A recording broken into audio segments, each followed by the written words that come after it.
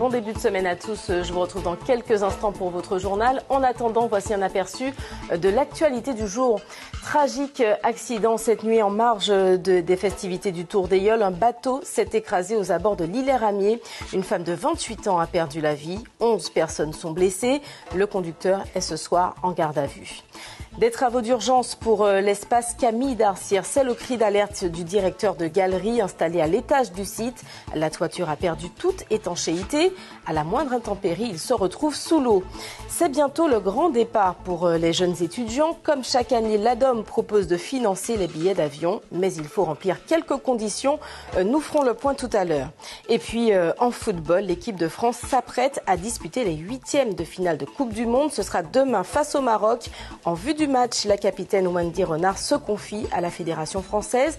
Entretien à suivre en fin de journal. Voilà pour les grandes lignes. Je vous dis à tout à l'heure pour le journal.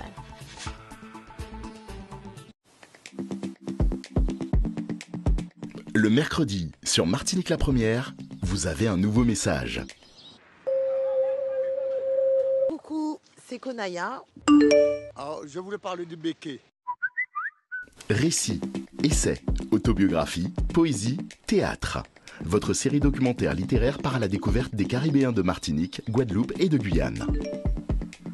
Vous avez un nouveau message, le mercredi à 18h45 sur Martinique la Première.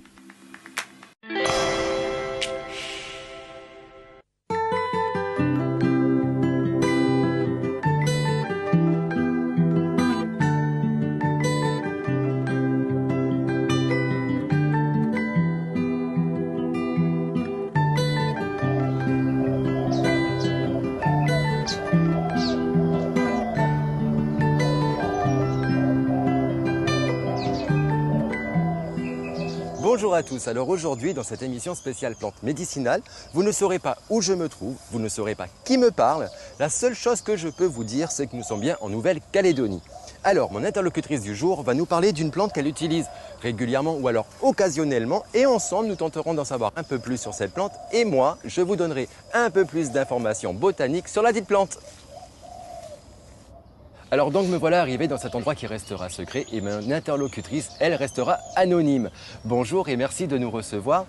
De quelle plante allons-nous parler donc aujourd'hui, de quelle plante médicinale? C'est une plante qu'on utilise pour le mal de tête et les migraines. D'accord. C'est une plante justement, donc on ne peut pas dire le nom parce qu'elle porte le nom d'un médicament bien connu évidemment, donc on ne le citera pas. Est-ce que tu l'utilises régulièrement ou occasionnellement? Occasionnellement. Quand j'ai le mal à la tête ou j'ai les migraines. Comment l'as-tu connue? Est-ce que c'est quelque chose que tu avais depuis longtemps ou c'est quelque chose que tu as découvert? C'est une amie qui m'avait donné. Et ça vient d'un ami à elle de La Réunion. De La Réunion. Oui. Donc, justement, ce n'est pas une plante qui est endémique à la Nouvelle-Calédonie. Oui. C'est une plante donc qu'on retrouve peut-être un peu partout en Océanie. Certainement, cette personne qui donc l'a amenée de La Réunion, ça doit bien faire au moins un demi-siècle et même peut-être un peu plus parce que certainement qu'elle a été transportée par les premiers migrants peut-être. Mmh. Et donc toi tu l'as découverte comme tu le disais que très récemment. Là maintenant la question qui me vient c'est comment est-ce que tu l'utilises? J'utilise quand j'ai mal à la tête, je casse les feuilles, enfin, je fais bouillir l'eau. Et je mets dans un bol. Quand tu dis tu casses les feuilles, je casse 4 feuilles. Tu prends donc tu casses comme ça. Oui, voilà. Donc là moi je prends la plante qui est ici, voilà. On a pris un morceau. Tu prends 4 feuilles, c'est ça? Oui, comme ça. Mais il faut laver. Tu la rinces avant? Oui, il faut rincer avant. Après, il faut mettre dans le bol directement, dans l'eau chaude. Ouais. Hein. Tu mets dans un bol. Donc moi on imagine, j'ai pris mes 3-4 feuilles. Tu les mets comme ça dans l'eau directement? Oui, dans l'eau. Il y a peut-être une solution, peut-être de les écraser un petit peu, de les rouler, oui, non? Oui, c'est que chacun fait son truc. Tu la cultives dans ton jardin, je suppose? Oui. Comment elle pousse chez toi? Elle pousse très vite. Hein. Et c'est une plante envahissante.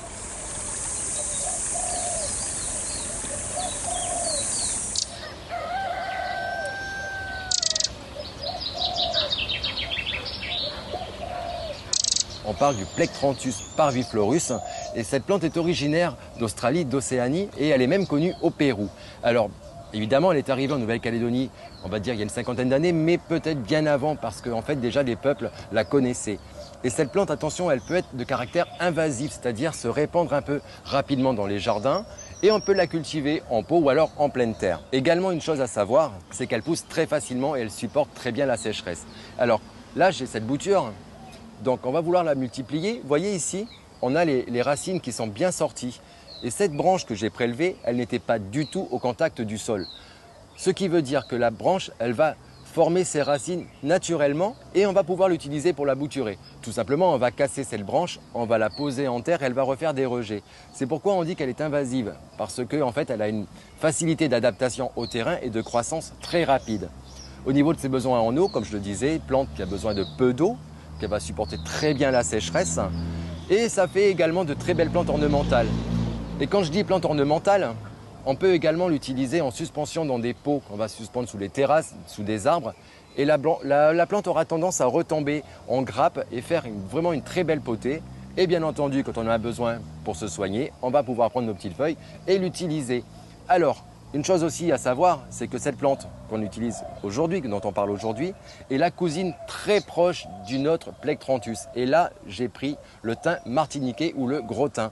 C'est une cousine de notre plante qui lui a un parfum très fort, qui est connu également aux Antilles pour ses propriétés médicinales et qu'on utilise énormément dans la cuisine. Donc vous voyez, ces deux plantes, elles sont très très proches l'une de l'autre. Mais alors, depuis 2019, des études ont été faites et certaines des Plectranthus ont été reclassées dans les Coleus. Et les Coleus, j'en ai un juste à côté de moi qu'on voit là, qui fait maintenant partie de la même famille que ces plantes et qui elles aussi ont des propriétés médicinales. Alors maintenant, je vais peut-être te laisser le mot de la fin. Qu'est-ce que tu pourrais dire ou que tu aimerais donner comme information sur cette plante? Pour cette plante, je voulais que on l'utilise aussi ici en Calédonie parce que c'est une plante qui marche bien. Et puis aller plus en avant pour faire des recherches pour une plante médicinale. C'est ça, qui gagne à être connue en tout cas. Oui, voilà. Ça, c'est une plante qu'on aura bien l'utilité dans ton jardin, soit pour la cuisine, soit pour faire joli ou alors pour se soigner. Et moi, je tenais à vous préciser que l'utilisation des plantes ne doit jamais se substituer à une prescription médicale et doit toujours faire l'objet de l'avis de votre médecin ou de votre pharmacien.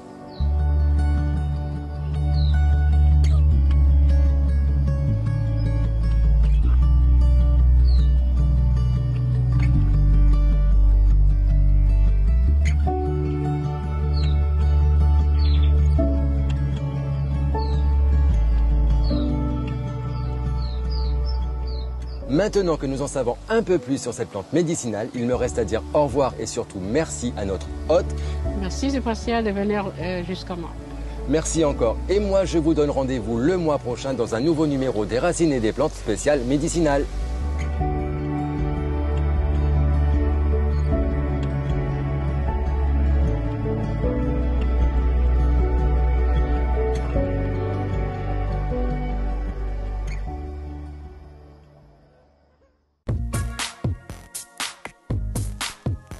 Vos programmes sont à voir et à revoir sur martinique.lapremière.fr. Saviez-vous que le requin-baleine était le plus paresseux des gastronomes ?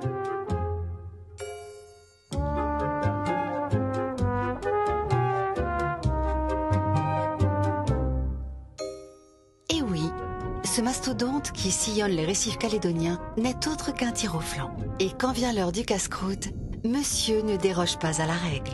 En témoigne sa vitesse de croisière de 5 km/h. Muriel, surtout ne te retourne pas, je crois qu'on est suivi. Oh, t'as raison, on est suivi. Le gros derrière là? Mais c'est Patrick, je le connais. Il roule pas plus vite qu'une 2 chevaux, il paraît. Pour satisfaire son appétit d'ours, il doit engloutir jusqu'à 40 kg de poissons, plancton et crustacés par jour.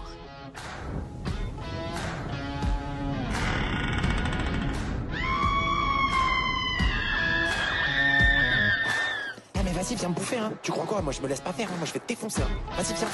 Tiens, je t'attends, mec. Pour remplir sa panse, le plus grand poisson du monde peut compter sur son museau fendu d'une large bouche de 2 mètres. Mais pas question de bouger un orteil. Ce chef d'armée ordonne à ses fidèles soldats, les thons albacores, de diriger les courants à sa place. Je suis le sergent Baleine, je suis votre chef instructeur. À partir d'aujourd'hui, les seuls mots qui sortiront de votre bouche seront chef, oui chef. Chef, oui chef. Montrez-moi que vous avez une bonne paire de nageoires. Chef, oui chef. Rapportez-moi du poisson. On reste concentré, on lâche rien.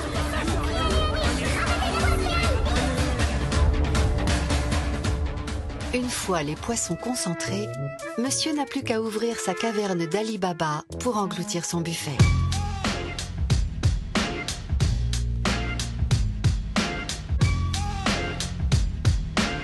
Il peut ainsi capturer près d'1 millier de malheureux poissons en une simple bouchée.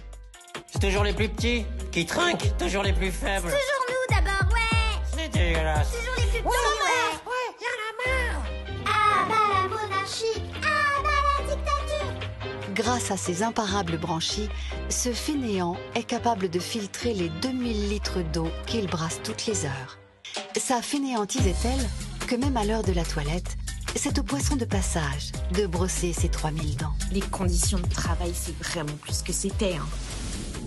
Le requin-baleine, chassé pour sa chair riche en protéines, est aujourd'hui classé en danger d'extinction.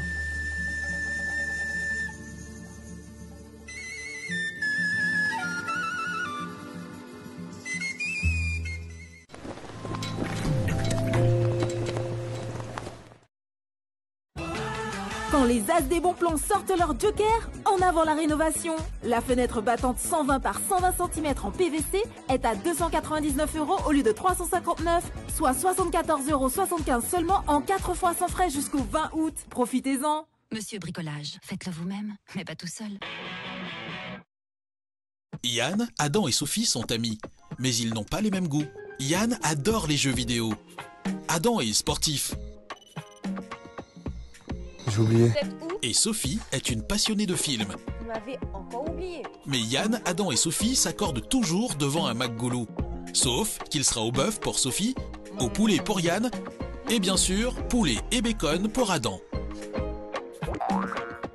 McGoulou, fais une bouteille.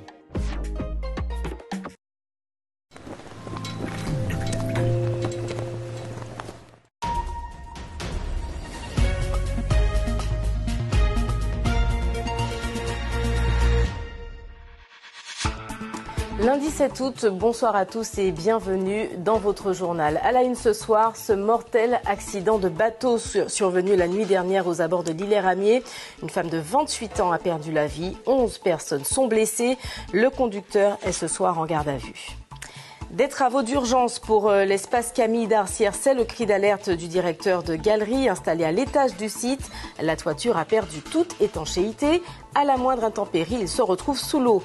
C'est bientôt le grand départ pour les jeunes étudiants. Comme chaque année, l'ADOM propose de financer les billets d'avion, mais il faut remplir quelques conditions. Nous ferons le point tout à l'heure. Et puis en football, l'équipe de France s'apprête à disputer les 8e de finale de Coupe du Monde. Ce sera demain face au Maroc. En vue du match, la capitaine Wendy Renard se confie à la Fédération française. Entretien à suivre en fin de journal. Une femme de 28 ans est donc décédée suite à l'accident de bateau survenu cette nuit aux abords de l'île Ramier. C'est son père qui conduisait l'embarcation. 11 personnes sont blessées. On fait le point avec Viviane Dofredos, Christelle Sivat et Marc-François Calmot. 20h ce dimanche soir, les secours sont en pleine intervention. Ce bateau à moteur vient de percuter l'île Ramier. 2 personnes ont été éjectées de l'embarcation. Les autres sont blessés. Quand nous arrivons sur le secteur, donc les plaisanciers qui étaient à proximité avaient déjà commencé à récupérer donc un certain nombre de victimes et les avaient acheminées donc pour partie sur le ponton de l'Ansalane et pour les autres sur Carré-Nanty. Nous déplorons dans cet accident 2 blessés graves, dont un qui a nécessité son évacuation par le Dragon 972 et 10 blessés légers. Une personne de 28 ans décède ensuite de ses blessures. Le père de la défunte, pilote de l'engin lors de l'accident, a été placé en garde à vue ce matin. Sur place, habitants et touristes sont sous le choc. Je me dis que c'est vraiment pas de chance pour ceux qui étaient sur le bateau et que c'est catastrophique et que toutes les familles à la fois du défunt et puis de celui qui conduisait le bateau doivent être vraiment catastrophées. Les circonstances du drame ne sont pas encore connues. Les habitués, eux, nous le disent, ce lieu est dangereux la nuit, il n'est pas éclairé, et l'éclairage au sein des embarcations réduit la vision de l'extérieur. En cette période de festivité, les secouristes insistent donc sur les règles à respecter. La première, c'est de s'assurer des conditions météorologiques. La deuxième, c'est de vérifier l'état de leur bateau. Troisième, c'est vérifier et s'assurer l'état des équipements de sécurité, tels que le gilet. Quatrième conseil, c'est de naviguer avec prudence. Et cinquième conseil, c'est surtout aussi respecter les règles de navigation maritime. La gendarmerie a ouvert une enquête pour homicide involontaire afin de déterminer les responsabilités dans cette affaire. Toutes les festivités d'hier avaient lieu pour marquer la clôture du Tour des Yoles et la consécration de Félix Mérine, victorieux de sa toute dernière compétition en tant que patron d'embarcation. Et ce n'était pourtant pas gagné d'avance. Retour sur les temps forts de cette 37e édition avec Cécile Marc. Un 37e tour de la confirmation. Ceux qui sont en haut sont restés en haut. Mais le niveau général s'est élevé et beaucoup de petites yoles ont progressé. Dans le trio de tête UFR, Établissement Rosette et Sarah qui l'emportent au classement général, la surprise vient de Rosette, pas forcément attendue à la lutte pour le titre. L'équipage a fait une véritable démonstration de force avec une voile de 57 mètres carrés sur l'étape 5, avant de reperdre du terrain le lendemain en jouant la prudence. Diani Rémy et Sarah enchaînent 3 victoires mais perdent peu à peu du terrain. 4e, l'équipage de Loïc Mas sur Cotterelle a fait un bon début de tour et s'est battu pour gagner mais a manqué de régularité. Pendant ce temps, UFR de Félix Mérine traçait la voie vers sa 11e victoire. Après l'avarie au prologue, il réalise un parcours sans faute pour son dernier exploit en tant que patron. Dans ce 37e tour, pas de mauvais temps contraignant à annuler des étapes, mais au contraire une absence de vent qui a obligé à beaucoup de godilles. Et une trop grande concentration de bateaux de plaisance qui a occasionné une collision en début de tour, un drame hier soir, et la colère une fois de plus du président de la Fédération des Yoles. Un tour des Yoles chargé, plein de rebondissements, on l'a vu. On fait le point avec vous, Alain Richard, bonsoir. Bonsoir. Vous êtes président de la Fédération des Yolerons de Martinique. D'abord un mot du résumé qu'on a vu. 1 minute, c'est un peu court pour résumer toutes les émotions que vous avez traversées, on imagine, pendant cette semaine. Oui, tout à fait, mais un excellent rendu sportif. Les coursiers ont pleinement donné la mesure de tout ce qu'ils nous ont donné pendant l'année, pendant tout ce championnat. Très haletant et on a eu un excellent rendu pendant le tour. Donc, et à peine 10 minutes séparaient le premier du dernier. C'est ça, il faut regarder ça, mais il faut aussi regarder l'arrière flottille, je vais dire comme ça, qui termine à 6 heures, 6-8 heures, je crois, de mémoire, du premier. Donc on est loin des 24 heures que nous avons connues il y a quelques années. Donc c'est preuve qu'il y a un travail qui est fait au sein des associations et qui a été très porteur pendant ce tour. Parlant des associations, il y en a une qui s'est distinguée, c'est Apprend, puisqu'elle fait son tour sans sponsor. Oui. Quel regard est-ce que vous portez sur cette initiative ? Je ne sais pas comment ils s'y prennent, mais apparemment, il y a une vie associative assez active pour pouvoir mettre les moyens, pour pouvoir réaliser les compétitions et faire vivre l'association. On peut saluer ça. Bon, maintenant, il y en a qui ont fait le choix d'avoir des partenaires. L'important au bout de ça, c'est que les associations arrivent à vivre et arrivent à faire leur championnat et leur tour. Après, c'est une gestion qui leur est de plein pouvoir. Et qu'on attache plus d'importance à l'association qu'au sponsor, vous, en tant que président de fédération, est-ce que vous entendez cette réflexion qui est menée? Ce qui est important pour nous, c'est la vie associative. C'est d'abord la base. Nous sommes une fédération, nous fédérons des associations. Donc elles sont accompagnées dans leur vie, surtout quand elles nous sollicitent. C'est surtout ça, que l'association ne meurt pas, bien au contraire. Si nous pouvons l'aider, nous allons l'aider. Il faut voir sous quelle forme. Après, c'est à elle de voir quel est l'objectif, l'association, comment elle entretient ses membres. Après, c'est un choix. En tout cas, le grand événement, c'est après la victoire de Félix Mérine. C'est son départ, puisqu'il avait annoncé avant le tour qu'il partirait. Tous les patrons s'accordent à dire qu'il y a une valeur ajoutée à la discipline. Vous, à la fédération, comment est-ce que vous anticipez, comment est-ce que vous appréhendez la discipline sans Félix Mérine? On a l'occasion de le dire, c'est le patron des patrons. 11 victoires aujourd'hui. Il est allé chercher cette victoire pour sa dernière compétition, son dernier tour en tout cas. Mais ce qui est intéressant de voir, c'est que depuis les 4-5 dernières années, il a travaillé aussi pour que ces jeunes patrons puissent monter en puissance. À leur donner des conseils de manière en continu, même s'il savait que c'était des concurrents à eux et qu'il aurait eu fort à faire à eux. Mais je crois qu'il part avec fierté parce que ceux qui sont en train d'arriver, c'est le fruit de son travail. Donc on peut saluer très fortement Félix Mérine là-dessus. Le Tour, c'est aussi cet accident mortel qui est venu endeuiller les festivités. Quel ressenti est-ce que vous avez? On sait que ça a été bien sûr en marge de la manifestation, mais on imagine la tristesse de la fédération. Très en marge. Ça n'a pas endeuillé les festivités. Les festivités, c'est une chose. Notre organisation se termine en mai à 15h30, sur terre à 16h. Maintenant, tout ce qui se fait après n'est pas de notre ressort. Ceci dit, nous sommes très choqués de ce qui s'est passé. Parce qu'on a eu ça l'an dernier, on pensait bien finir le Tour. Enfin, que le Tour s'est bien fini, mais en tout cas qu'on n'aurait pas eu ce genre d'accident à déplorer. Et nous marquons notre soutien à la famille, parce que c'est quand même un père, une fille, et bon, il y a quelque chose là-dessus. Donc, soutien de la fédération là-dessus. Merci beaucoup. Et un mot peut-être sur le Tour des Yoles 2024. Il risquerait d'y avoir embouteillage avec... Non, oui et non. C'est-à-dire qu'il y a une tractation qui a commencé avec le comité régional cycliste, parce que les Jeux Olympiques, ça va bouleverser tous les calendriers d'une manière générale. Du coup, les calendriers vous avez déjà arrêté nationaux. Une date ou pas encore? Non, on est en train de le faire, mais vous aurez l'information en temps voulu. Merci beaucoup Alain Richard d'avoir accepté notre invitation. Merci. Dans le reste de l'actualité, cet appel au secours pour sauver l'espace Camille d'Arcières. L'ancien palais de justice devenu centre culturel se dégrade. Un directeur de galerie installé à l'étage tire la sonnette d'alarme. Il suffit d'un épisode pluvieux pour que son espace de travail se retrouve sous l'eau. Le reportage de Delphine Bess et Patrice Châteaudégard. Voici une scène du quotidien à l'espace Camille d'Arcières. Nous sommes en saison des pluies et dans cet espace d'art contemporain situé sous les toits, les œuvres exposées ont dû être mises à l'abri. Dès qu'on arrive le matin, piscine. Du coup, c'est assez exaspérant. On ne sait plus quoi faire. Ça fait 8 ans qu'on signale les défauts à la ville de Fort-de-France, ne serait-ce que pour colmater les fuites ou les problèmes qu'il y a sur le site, mais on n'a jamais de réponse. La galerie 1461 est hébergée ici depuis 2016 par la ville de Fort-de-France à titre gracieux. En échange, car il se débrouille seul pour entretenir les lieux. Une folie lorsque l'on constate les dégâts des eaux en saison cyclonique.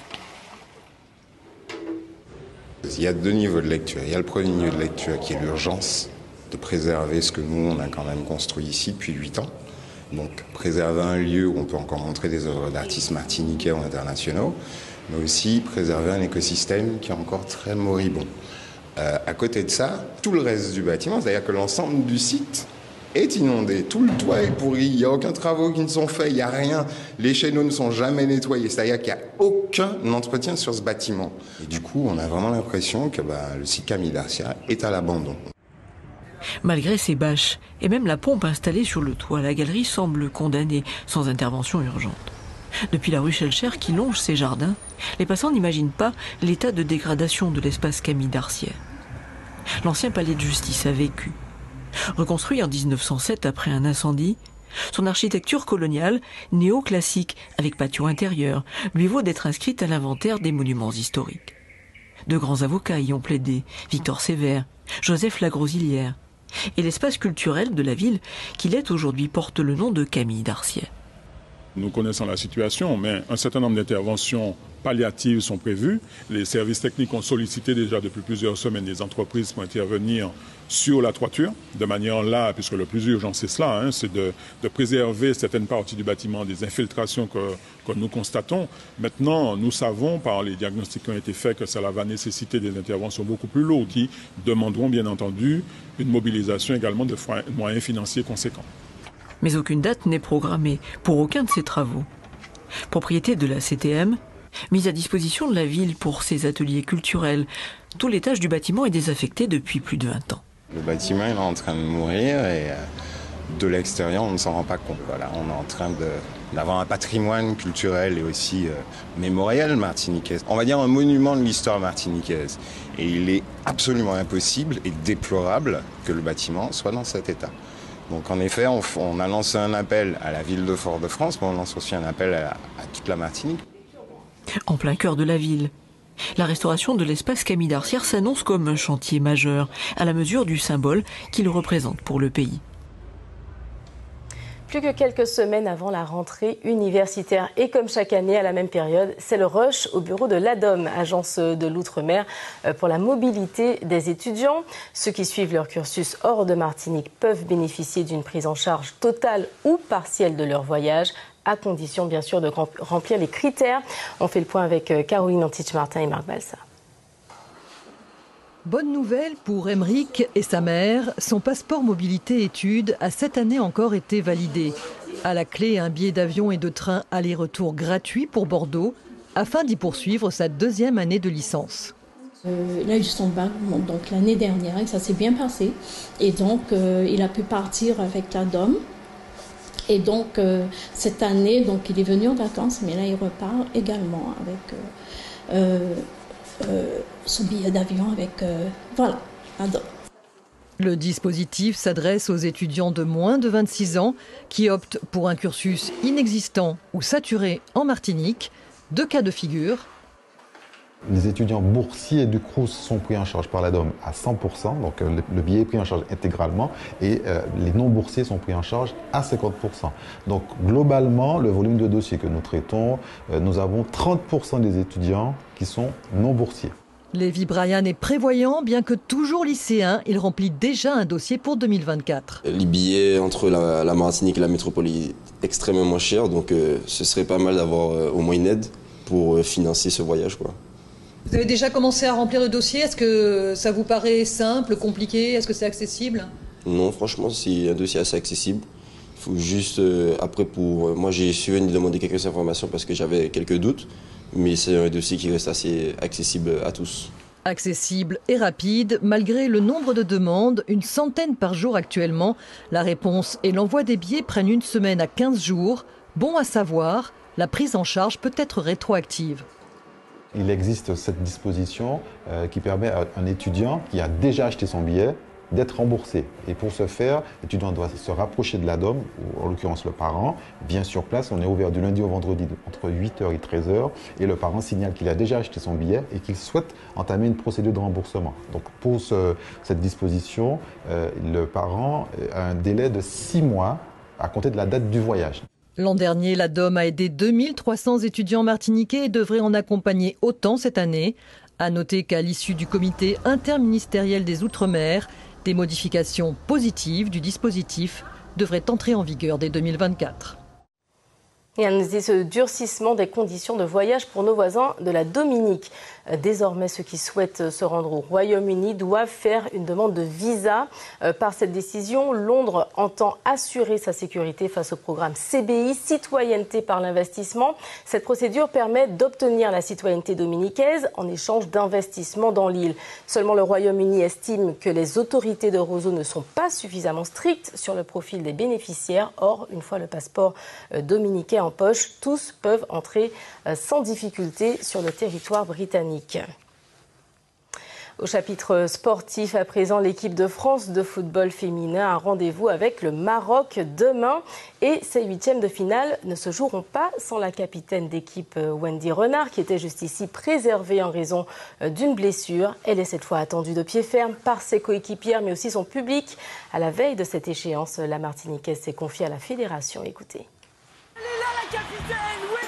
Elle a marqué le but qui a permis aux Bleus de se qualifier face au Brésil le 29 juillet dernier. Un match référence pour Wendy Renard. Sur corner, après un tir de Selma Bacha, la Martiniquaise se démarque à la 83e en faisant parler son jeu de tête. Je veux la piquer parce que j'ai le même souvenir à l'Euro l'année dernière où pareil, Selma elle frappe deuxième poteau et justement je la pique. Et juste au moment, la gardienne, elle arrive à bien arrêter et derrière, on prend un but. Donc là, j'ai dit, faut que je la croise. Un but de la joueuse, mais une réussite collective pour la capitaine qui revient de loin. En raison d'un conflit avec l'ancienne sélectionneuse des Bleus, Wendy Renard avait initialement annoncé son retrait de l'équipe de France en février dernier. Finalement rappelée par Hervé Renard, le nouveau sélectionneur, la Martiniquaise a repris le maillot de son équipe de cœur pour sa 4e Coupe du Monde. J'ai rêvé à travers ma télé en Martinique, en regardant l'équipe de France jouer. Quand on a cette chance de porter le maillot de son pays, je pense que la meilleure des compétitions, c'est la Coupe du Monde. En 2019, la France avait été éliminée en quart de finale, battue par les Américaines. 4 ans plus tard, la Martiniquaise est consciente du travail qu'il reste encore à accomplir. On n'aurait jamais dit que le Canada nous quitterait premier après les poules, le Brésil.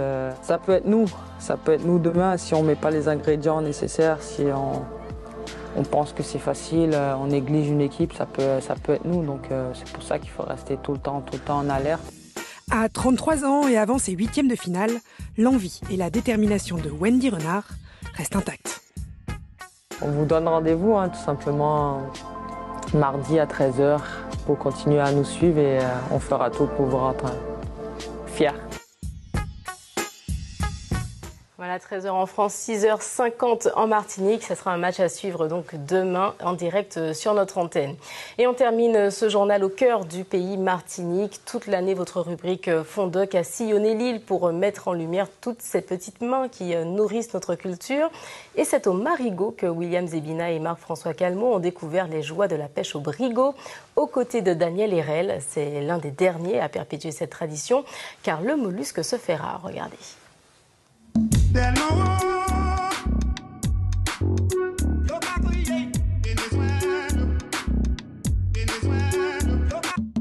Bienvenue quartier La Pointe, on est loin des plages paradisiaques avec du sable fin. Ici, il y a l'Amméa qui a grondé, mais c'est là Daniel Herel qui a senti quoi bien, depuis la ligne Lambon, il a plongé brigot. On doit aller joindre lui.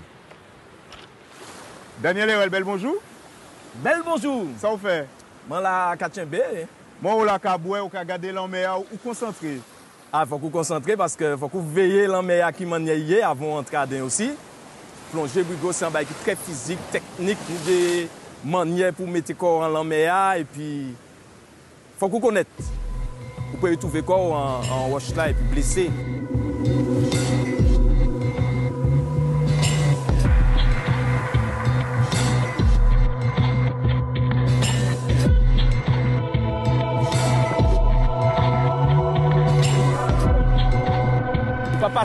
Passer en bas, on va lever et puis après on va comme tu es pour aider pour faire sortir.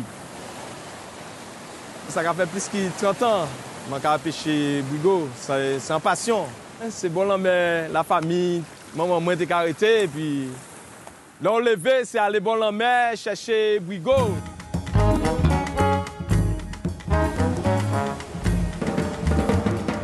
Nous pollution, sargasse là, actuellement qui arrive dans les côtes là. Avant, nous étions marcher en l'air. Nous passer ici, on était marcher en l'air brigot. Mais actuellement, ouais, les petits aballes entrer en roche là. Là, nous pas prendre comme ça là. Nous pas dit bon pour la sauce, pour faire la sauce. Oui. Mais dans 2-3 ans, nous pouvons gagner. Nous pouvons prendre là. Mais là. Il ne faut pas nous mettre parce qu'il y a un losé dedans. Là, nous commençons à vendre, nous ne pouvons pas acheter, nous ne pouvons pas faire l'intéressant à nous.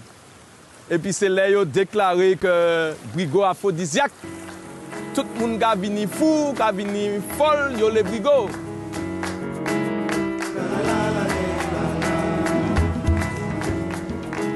Bel bonjour. Bonjour, ça va? Moi, Katienbe. Eh bien, je m'emmène des petits brigots pour faire un bel petit la sauce basse moun. Eh bien, pas de problème. Moi, je vais pour chasser pour baïta, ça a passé.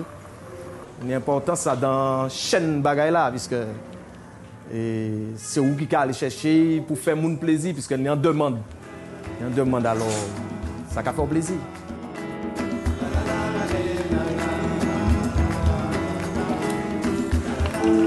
C'est ici au Marigot que l'on trouve l'un des seuls restaurants avec des brigots à la carte. Celle Péchéa, qui amène un bel coquillage là-bas, c'est Daniel Herel. Ben, goûtez yon. Ah, mon pays dit non, bah moi ça. Petit la sauce là, c'est ça? Oui. Attention, il y a un petit bagage là, faut qu'on tire rien. Petit mousti. Faut qu'on tire. Fout ça bon? Ah. Si, monsieur. Et yo dit ça qu'à force.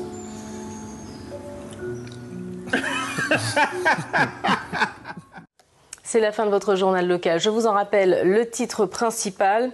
Une femme de 28 ans a perdu la vie. Au moins 11 autres personnes sont blessées. C'est le lourd bilan d'un accident de bateau survenu dans la nuit d'hier aux abords de l'île Ramier. C'est le père de la principale victime qui conduisait l'embarcation. Il est ce soir en garde à vue. Voilà pour l'actualité locale. Je vous retrouve dans quelques instants pour le journal national et international. À tout de suite.